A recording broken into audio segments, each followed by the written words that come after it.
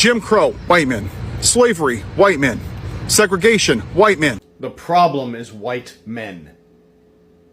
The problem in this country is white men. And for a white person, the reason that you and I have imposter syndrome is because we are imposters. To be born white in America is to be born a settler. Even if we don't own land, the cultural implications of colonization and the power structure means that we have a settler psyche. That's how our brain works. That's how we think. That's how we go. In the entirety of the sense of self, in whiteness, for white people, is a fabrication. It is a lie. It is pretenders. We are imposters. That's why we have imposter syndrome, because we are imposters. Why do you think white people, especially white men, me, why do you think we're so fragile? Why do you think we can't handle conflict? Why do you think we run away all the time? Why do you think it's because we have a fragile sense of self, a fragile ego, and we're fragile because we are trying to keep up this charade of being superior, which is a fucking lie. The irony of a superiority complex is a deep sense of misery and fragility that makes life not enjoyable because we are actually living counter to what is true to humanity, which is that we are all the same fucking species, meaning we are all equal, we are all worthy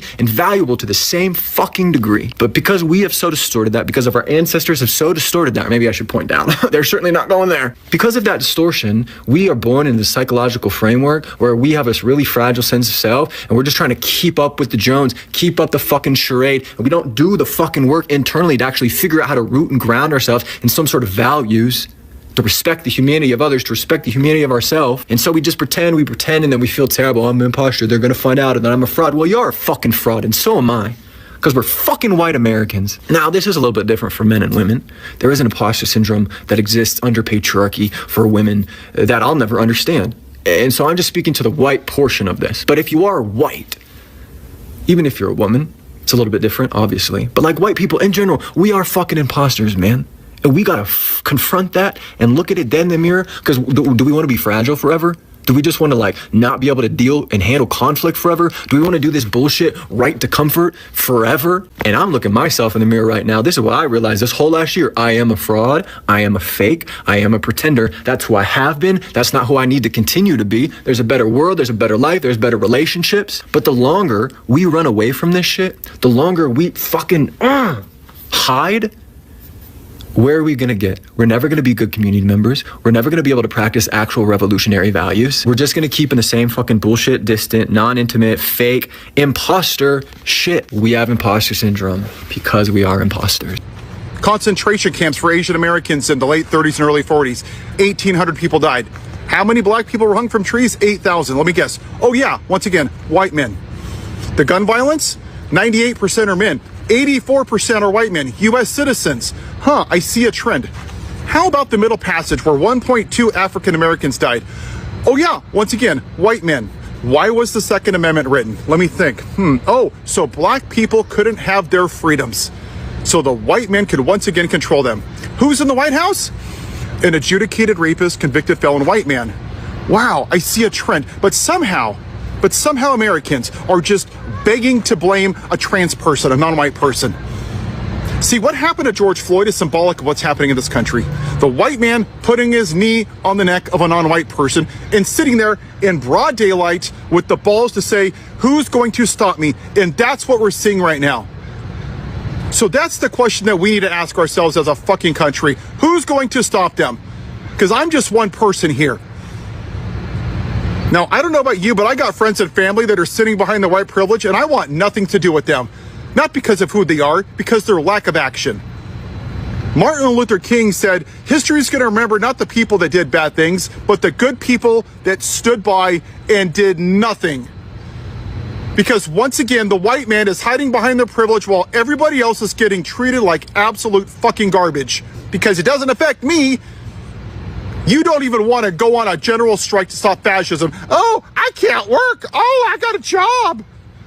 White man is the mental health crisis in the United States of America. It has been since day one. Can we stop for once, at least, maybe in our nation's history, stop trying to blame white on white crime on black people? Can we stop it for once, at least, please? Like, we all knew when Charlie Kirk was killed. We knew who this was going to be. We knew who the suspect was going to be, a young white man.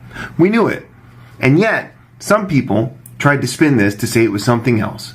And now threats are being lobbied against black students at universities. Black HBCUs are being threatened to be blown up. I think 4 of them had to shut down yesterday and today because they had to deal with bomb threats. It was never them. It's never been the black community. We always blame anybody else but ourselves. But the call is coming from inside the house. We are the problem. White on white crime, we are the problem.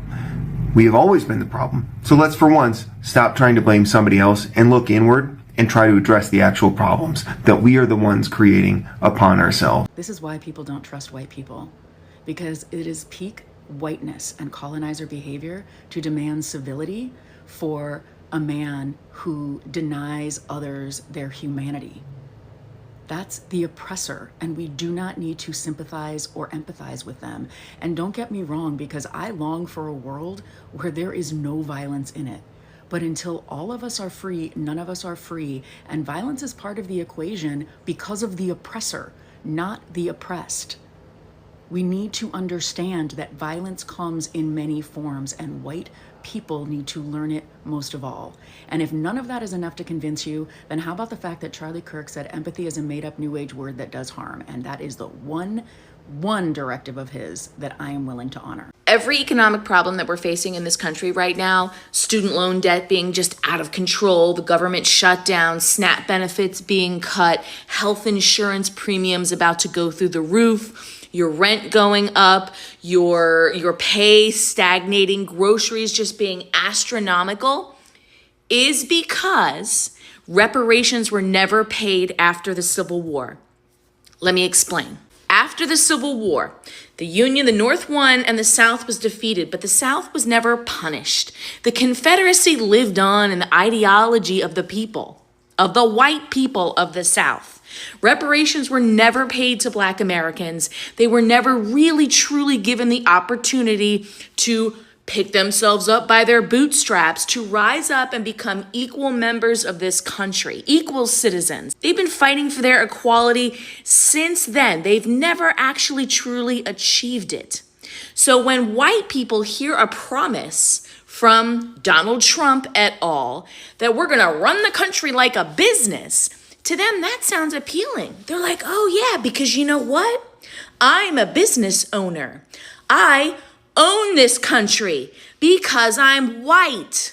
When Black and brown people hear, well, we're going to run the country, run the government like a business, they understand what that means because they've been dealing with it for centuries. White people think that they are on the side of the owners, the masters, but they're not. Most white people have more in common with the Black and brown people that they look down upon.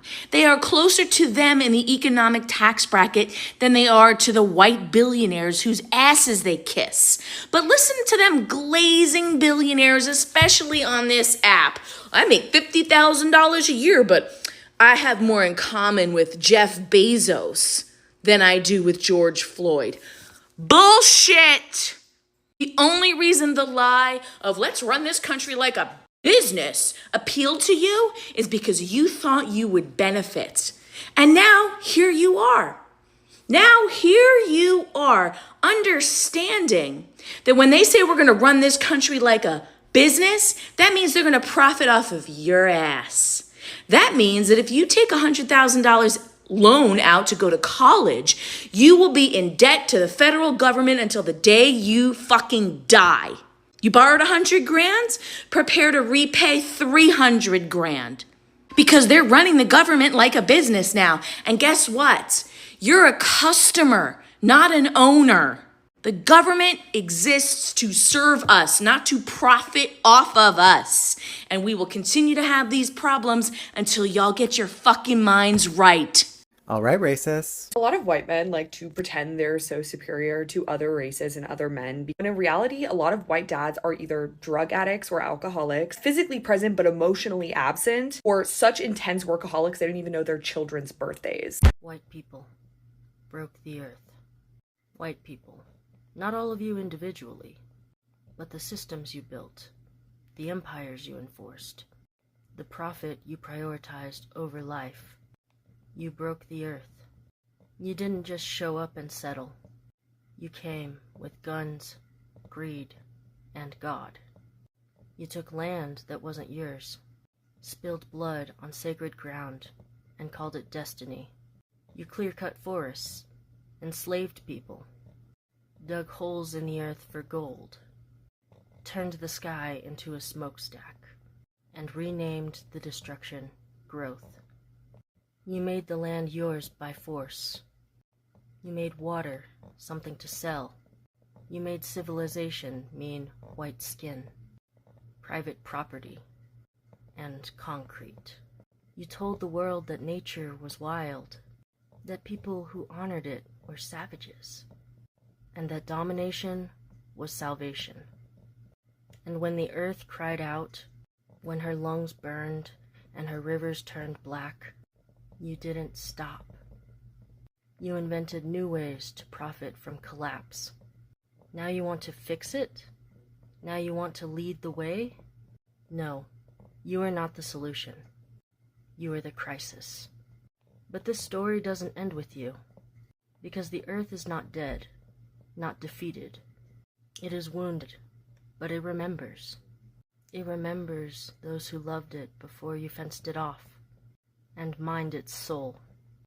It remembers the songs sung to rivers, the hands that planted with gratitude, the fire keepers, the medicine carriers, the people who knew the earth was not a thing, but a living relative. We remember too.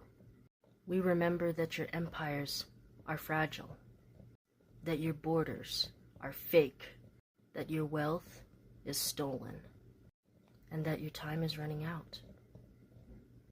The earth can be healed, but not by white saviors, not by carbon offsets, not by policies written in boardrooms.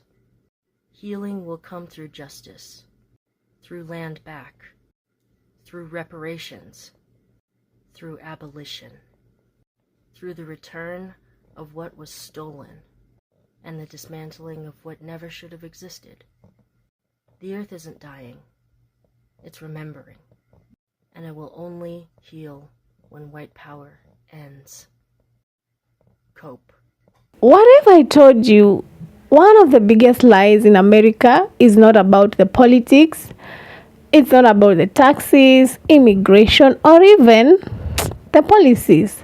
The biggest lie is convincing ordinary people that their biggest enemy is a family living next door instead of people sitting at the top. What if I told you that? Okay, please subscribe to my channel.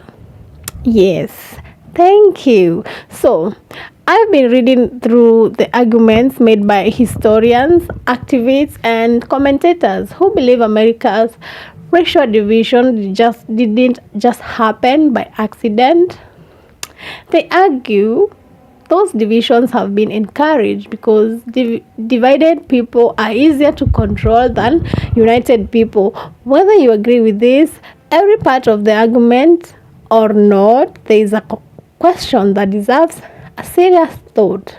Who actually benefits when working people spend all their time blaming each other? Because if you look around today, millions of Americans are struggling. Rent is higher, groceries costs are high, healthcare is expensive, young people can't afford homes. They're still sleeping on their parents' couch. Anyway, yet, somehow, every election cycle, we are told the real problem is another ordinary group of people trying to survive. That should make all of us to stop and think. The perspective in this source is powerful. People have always understood something simple. If working class Americans ever realize they have many of the same economic struggles, they might start demanding bigger changes. Instead, they stay divided over race, culture, and identity, while the wealthy, they continue moving upwards. I am not going to deny this. We know racism is real. but so is economic inequality. The argument, these videos that we've just watched, it is about these two issues. They are very connected throughout the American history. So, the systems were created and they made it harder for Black Americans to build wealth through housing, education, voting rights, and access to opportunities. And at the same time, many white Americans were encouraged to believe that their social status mattered more than asking why economic power remained concentrated in the hands of a small group. Whether you accept this part of the analysis or not, history shows that the laws have been used to include some groups while excluding others. Those policies have left lasting effects that scholars continue to debate today. And so what captured my attention here is some of the voices in these videos are blaming individual white people. They're actually calling on white Americans to take an honest look at history and ask those difficult questions about how systems have worked over time. So that conversation, it's different. It's different because it's assigning personal guilt. You didn't create history just because you were born into it, but understanding history is different from pretending it never happened. You see, some of these people, they pretend like, I'm not part of it. But okay, you're not part of it, but it happened, so you have to acknowledge. Just saying I am not racist is not enough if unfair systems continue producing unequal opportunities. Their position is the real progress require active efforts to make institutions fairer to everyone. So this conversation is worth having because resource hoarding is another conversation that we should be talking about. You see, wealth and opportunities stay concentrated in small part of the society, and everyone outside that circle eventually pays the price. Look at what is happening today. Middle class families are feeling the pressure. Small businesses are struggling. People are working longer hours but feeling like they are falling further behind. This frustration is real. The question we are really wondering. So instead of blaming a certain race, we should direct this frustration to the system, not at your neighbor, or at the policies. So we should not pretend that the social problem has one simple cause. American history is complicated. It is intertwined into race, economics, politics, education, and opportunity. Okay, so even it's dangerous when politicians or media personalities tell struggling people that another struggling community is responsible for their own problems. History has shown us scapegoating may win elections, but it rarely solved economic problems. If your paycheck is not growing, blaming your neighbor doesn't make your paycheck bigger. So if healthcare is expensive, pointing fingers at another community does not lower the bills. If housing cost is out of control, you should not blame people with even fewer resources. It is not going to build more homes. Real solutions require looking at the systems that affect everyone, and that is why accountability matters, not accountability built on guilt. So we need honesty about history, honesty about policies, honesty about who benefits when ordinary people stay divided. At the end of the day, every American has to decide what kind of future they want. One built on endless suspicion or blame, or where difficult conversations lead to better understanding and getting better solution. If History teaches us anything is that division is easy. Building a society that is where everyone has opportunity, but it is much harder. But it is also the only path that gives future generations a chance to do better than the generations before them. My dear viewers, please subscribe to this channel, share your views. Okay, that is just my opinion. That is what I was thinking. So you may help me understand more by commenting. You may comment, then I will understand more. Yeah, please subscribe to my little channel. It's a baby.